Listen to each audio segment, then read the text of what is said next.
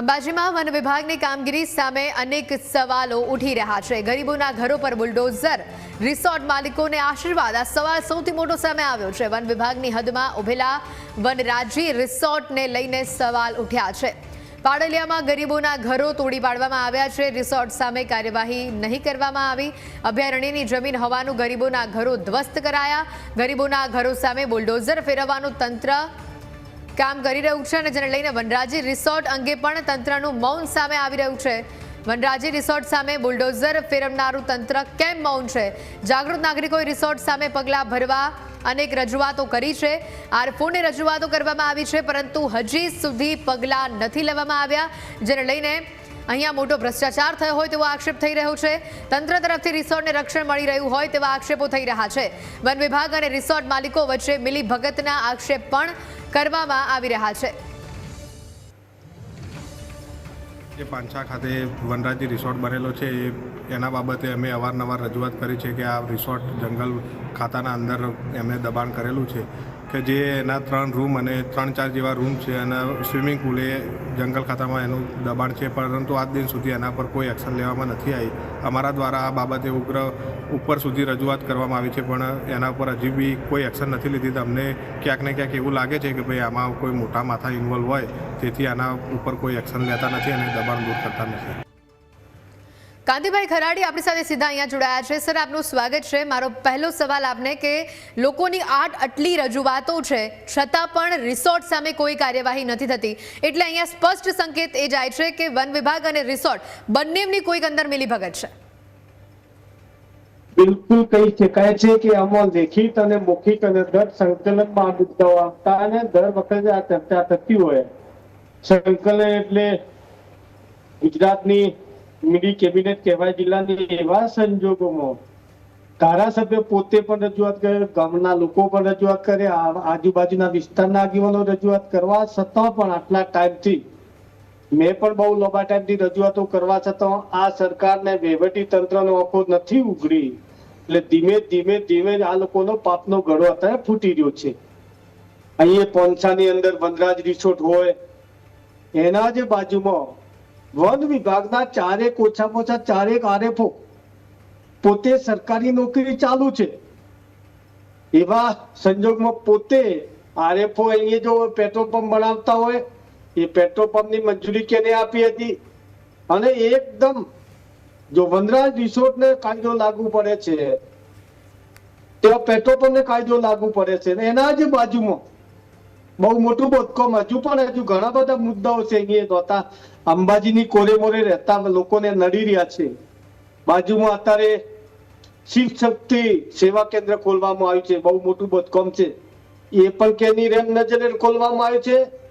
એને કેને મંજૂરી આપી અને સેવા કરે તો કેવી સેવા કરે, કેવી સમાજની સેવા કરવા માટે આવ્યા છે? અથવા તો એમાં ચોખ્ખું દેખાઈ ગયું છે આદિવાસીઓના નામે સેવા કરવાની, ખોટા એમના ધંધાઓ કરવા માટે આવ્યા છે એ લોકો। અને એ લોકોને કેને મંજૂરી આપી? કયા મોટા માથાઓ એમાં સંડોવાયેલા છે? કયા અધિકારી સંડોવાયેલા છે? કયા અધિકારીઓને એમાં હિસ્સો છે? દોતા બનાસકાંઠાની જનતા આજે જાણવા માંગે છે કે આટલા બધા ખોટા ખર્ચા ને એ પણ સમસૂરી જાહેર થયેલી છે ત્યાં।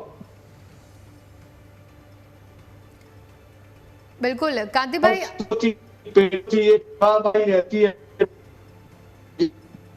બિલકુલ કાંતિભાઈ, અહીંયા આ મુદ્દો ઘણો જ પેચીદો છે। તપાસનો વિષય તો એ પણ છે કે ખરેખર આ રિસોર્ટના જે માણસો છે, જે માલિકો છે, તેઓ કયા કયા વિભાગ સાથે સંકળાયેલા છે, કયું મોટું માથું છે, એ પણ એક તપાસનો વિષય છે। બીજી બાજુ લોકોની સતતની રજૂઆત છે કે જો તમને વિકાસના આડે ગરીબોના ઘરો જ કેમ દેખાય છે? જો તમને વિકાસ કરવો હોય તો અને વન વિભાગની જમીનની વાત આવે ત્યારે આ રિસોર્ટ કેમ નથી દેખાતું? અને આટલા બધા સવાલો કરવા છતાં પણ વન વિભાગ કેમ મૌન સેવી રહ્યું છે? આપના તરફથી વન વિભાગના કોઈ અધિકારી, મંત્રીઓને સવાલ કરવામાં આવ્યા? આપને કોઈ જવાબ મળ્યો છે આ મામલે? એક પણ જવાબ મળતો નથી। એટલા માટે નથી મળતો કે અધિકારીઓ અને મંત્રીઓ અથવા તો સરકારના મોટા માથાઓ અંદર પોતે સંડોવાયેલા હોય તો જેટલી રજૂઆતો કરી એટલી રજૂઆતો બધી અભરાઈએ ચડાવી નાખે છે આ લોકો। આ લોકશાહી કહેવાય? અને આટલી બધી વનરાજ રિસોર્ટ મેં પોતે રજૂઆત કરેલી પણ એ લોકોને ઓખો નથી ઉઘડતી. એમાં કેટલા મોટા માથા સરકારી અધિકારીઓ સંડોવાયેલા છે, કેટલા સરકારી અધિકારીઓની અંદર મૂડી મૂકેલી છે, કેટલા સરકારના મંત્રીઓ મોટા માથા અંદર એમને રેમનજરે કામ ચાલે છે. ઘણું જ બધું જેટલું અંબાજી કોરે મોરે જેટલા આદિવાસીઓ રહે છે એ આદિવાસીઓને ધિકારી કાઢવા માટે આ સરકારનું કાયદેસર કહીએ તો ખોટું નથી, એમનું આયોજન છે. અત્યારે પાટલિયામાં જે જમીન બાઈને હટાવવામાં આવી એ જમીન અત્યારથી દબણ હટાવીને કેને આપવામાં આવતી હતી એ બી મને જરા થોડા ઘણો ખબર છે.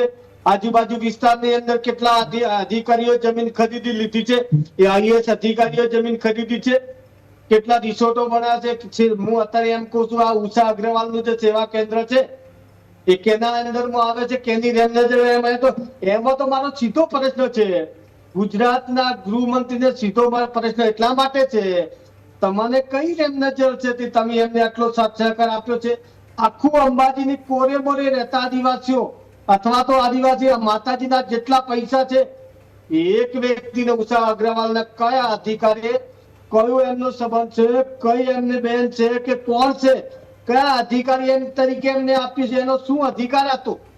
અંબાજીની આવક પણ અહીંયા કોટેજ જે ગબ્બરની અંદર ઘણી બધી યોજના છે એ બી ઉષા અગ્રવાલના નામે, મંદિરની અંદર ઘણી ધજા ચડાવવાની ઉષા અગ્રવાલના નામે, કોનસાની અંદર આ શિક્ષક સેવા કેન્દ્ર એટલે કેના નામે કેના આટલું બધું બોધકામ આપ્યું. ત્યાં વન વિભાગ નડતું નથી, એમને ત્યાં સંશોધન નડતી નથી, પણ એટલું જ નડે કે આદિવાસી અહીંયા ના રહેવો જોઈએ. ભલે વર્ષોથી વર્ષો સુધી રહ્યો, ભલે પેઢીઓથી રહેતો હોય, પણ આ કાળી નજર સરકારની છે. આદિવાસીઓને ધિકારી કાઢવાની ચર્ચા છે અને અહીંયાથી આદિવાસીઓને કાઢીને આ શું કરવા માંગે છે એ બહુ જ મોટો એક ચર્ચાનો વિષય ઉભો થવાનો છે. આ એક જાતનું આદિવાસીઓને માનસિક ત્રાસ અને એના ઉપરથી કહેવાય કે અત્યાચાર આ સરકાર વન વિભાગ અને પોલીસ વિભાગનો હાથો બનાવીને અત્યાચાર કરી રહી છે. તાજેતરને પાડલીયામાં થયું, એ બાઈનો કૂવો ભરી નાખ્યો, સાપુરો તોડી નાખ્યું, જમીનમાં ખાડા ખણી નાખ્યા.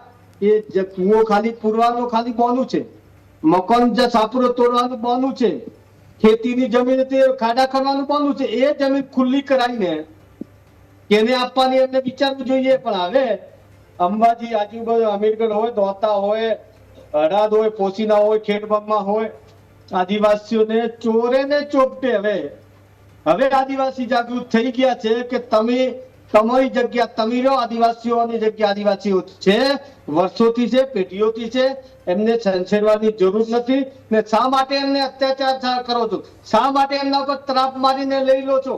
આદિવાસીઓ બંગલા બાંધવા માટે જમીન નહીં દેતા, એ એમના પરિવારનું પેટનું રોળિયું રોળવા માટે વીઘો 2 વીઘા વર્ષોથી લઈને બેઠા છે.